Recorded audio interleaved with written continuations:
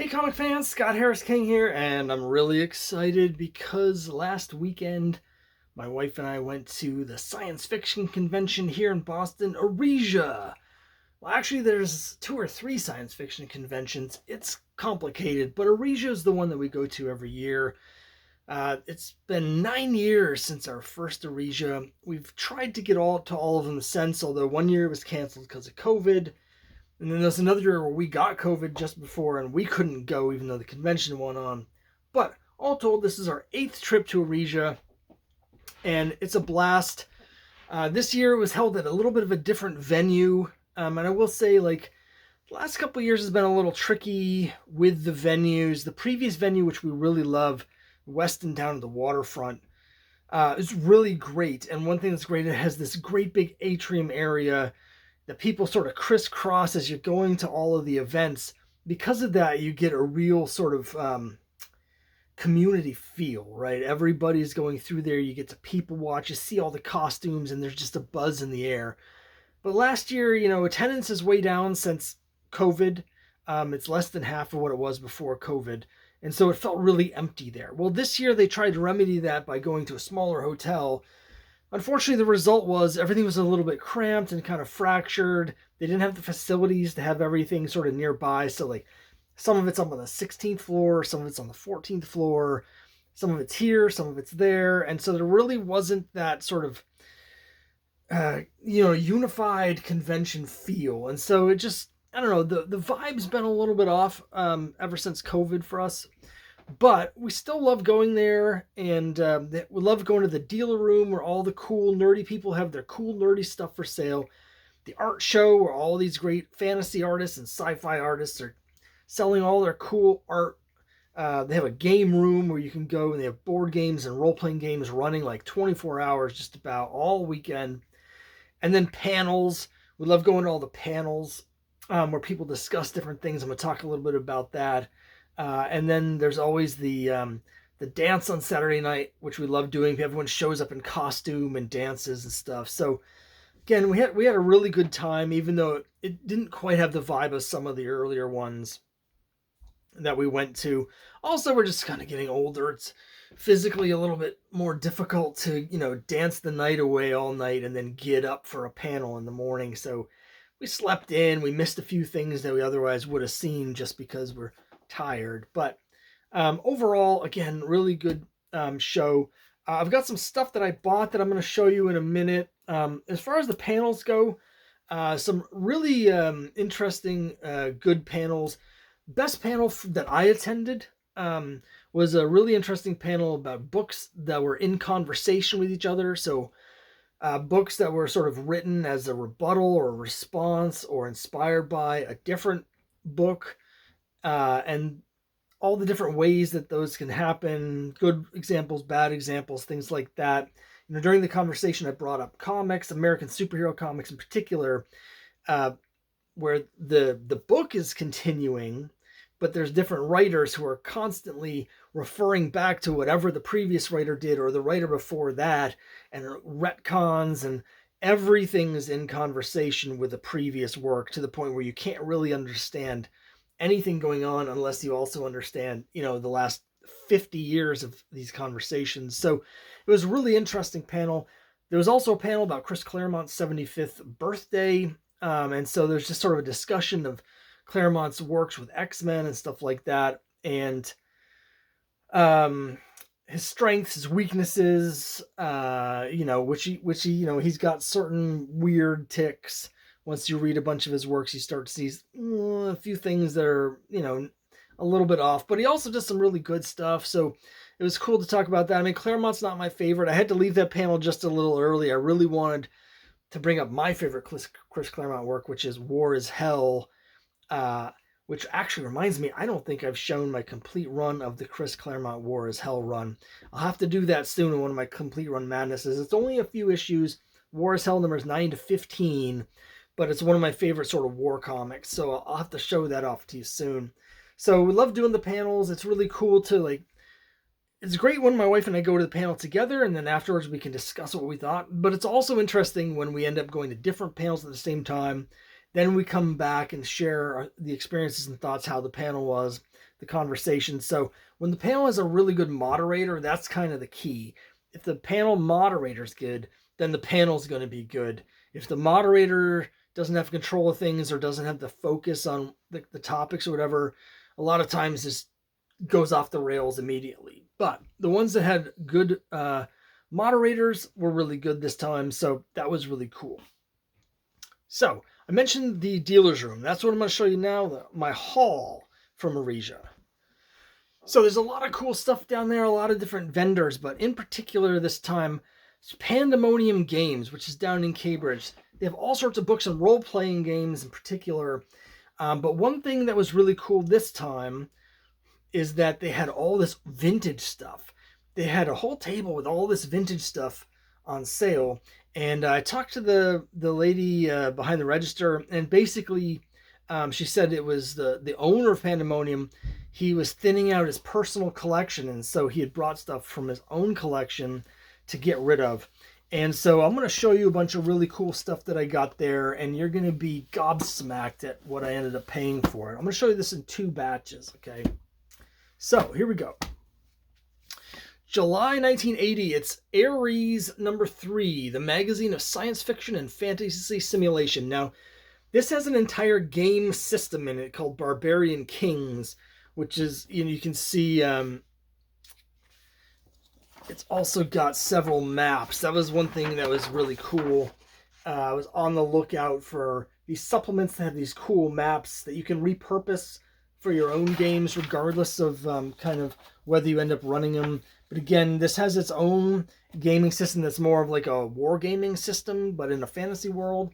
It's also got some short stories and fantasy stuff like that. Again, 1980 on that one. This is called Broadsword, Adventures for 5th edition. This is a special sampler issue of Broadsword, right? And this has some mini modules in it that you can go through. So, maps, mini module adventures, and there's several of them in here that you can play through. Here's another one. So this is sort of chock full of stuff. It's only about 35 pages long, but it's got several things. It's got a monster manual for 5th edition monsters and stuff in the back. So really cool. I mean, I should say, like, I don't actually play that often. And when I do play, we use OSE, and I have a dungeon master who runs the game. So having all this material is really just more for nostalgia and to inspire things for me, like for my comic quest that I do. I'm not sure I'll ever play any of this stuff, but this was really cool. It's Dungeon Magazine number 139. And Dungeon Magazine was a companion magazine to Dragon Magazine, which you might be more familiar with. And Dungeon Magazine specifically was a magazine where they would have modules in every issue. And this has multiple modules in it, but in particular, it's got what it says here, a new adventure path in it. So one really cool thing that they did in Dungeon is this is the first issue where we have the beginning of a not just a module, but a game setting. It's called Savage Tide, and it's a pirate themed thing. And this is the first of 12 issues in a row that have a chapter of this game setting. So if you were to get all 12 issues of Dungeon, you'd have this huge campaign setting filled with all these modules. So this one has a bunch of NPCs and modules, and you can start to play through the storyline. There are several locations that it goes through here. I'm trying to find some of the stuff to show you here. So like, here's one of the sort of modules at the beginning of the storyline, right? And the main thing is it has this setting of the pirate city of Sassarine, which it goes into a lot of detail of. So like, here's a bunch of stuff about the different factions and houses and stuff and temples in Sassarine. And then you get this, which is like literally the big thing that comes with it, which is this giant, super detailed city map of the pirate city of Sassarine. Look how big and detailed this is. It's got listed on it something like, I mean, dozens and dozens and dozens of locations by number. and they correspond to stuff in the magazine, in the book, basically. But again, you can repurpose this sort of thing in your own game. And that was just part of the magazine. Then there's like a whole separate complete module in here with a different story and setting, stuff like that. So that was really cool to get. They only had the one, they didn't have the rest of the story, but it was really cool to get that.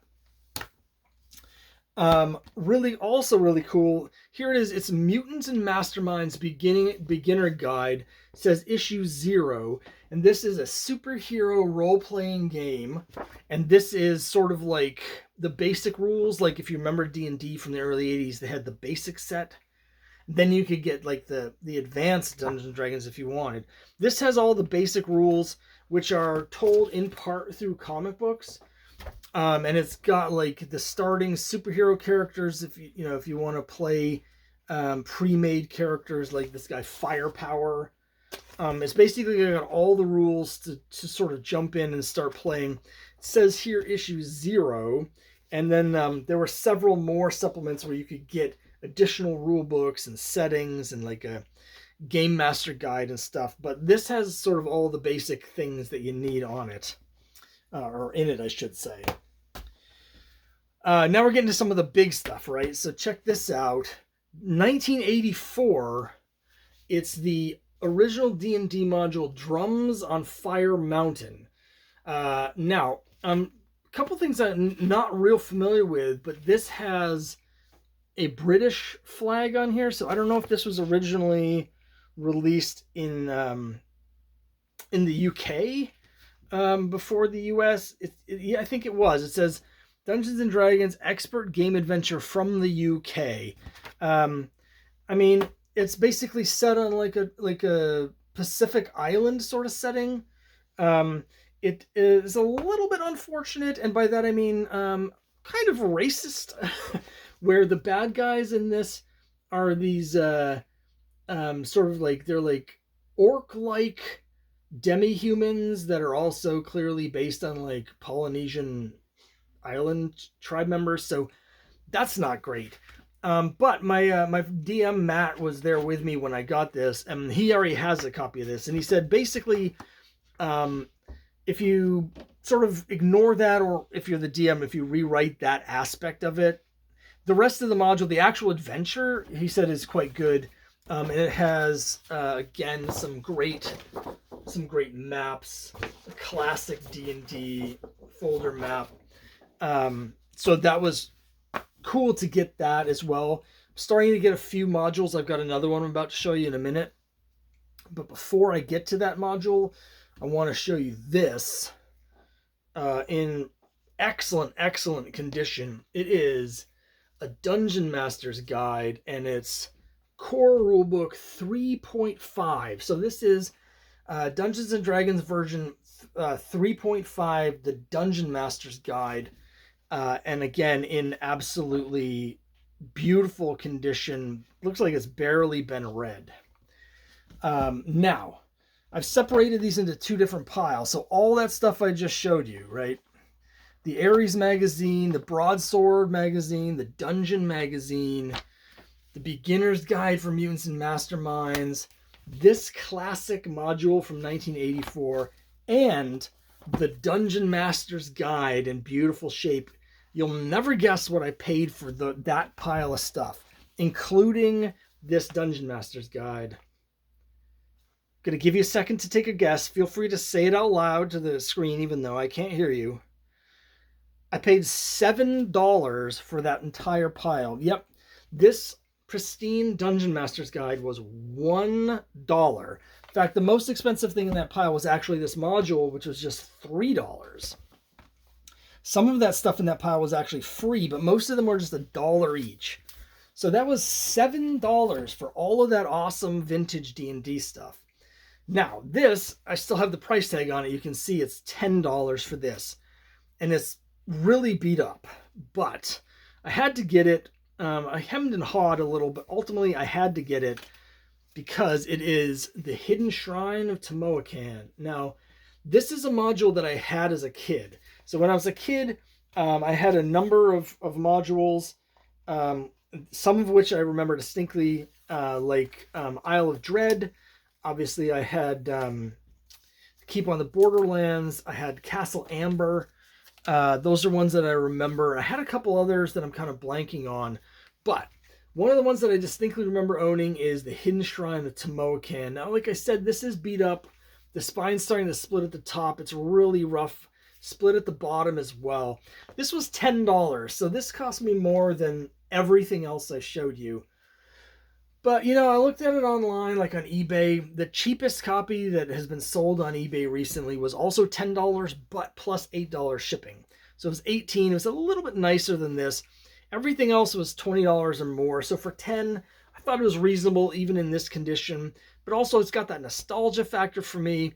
And with the next issue of Quest that I'm currently working on, Quest number 5, I do these D&D module homage covers. I've already started drawing it before I had this. And this issue of Quest, the homage cover, is the Hidden Shrine of Temoacan. So when I saw it, it just felt like fate had to get it. So all told, my haul from Arisia, all of that D&D stuff, again, the total is $17, 10 of it for this classic Hidden Shrine of Temoacan, the 1981 version. There's an earlier 1980 version that doesn't have this cover. It's got a different, like, black and white sort of cover. But really excited for that. And this, of course, has a map that I like almost remember because from going through it by myself, basically, because I used to play through these modules alone because I didn't have anyone to play with. But it's got, I remember like these supplement things, these pictures, you're supposed to show the players, like all that stuff. So like,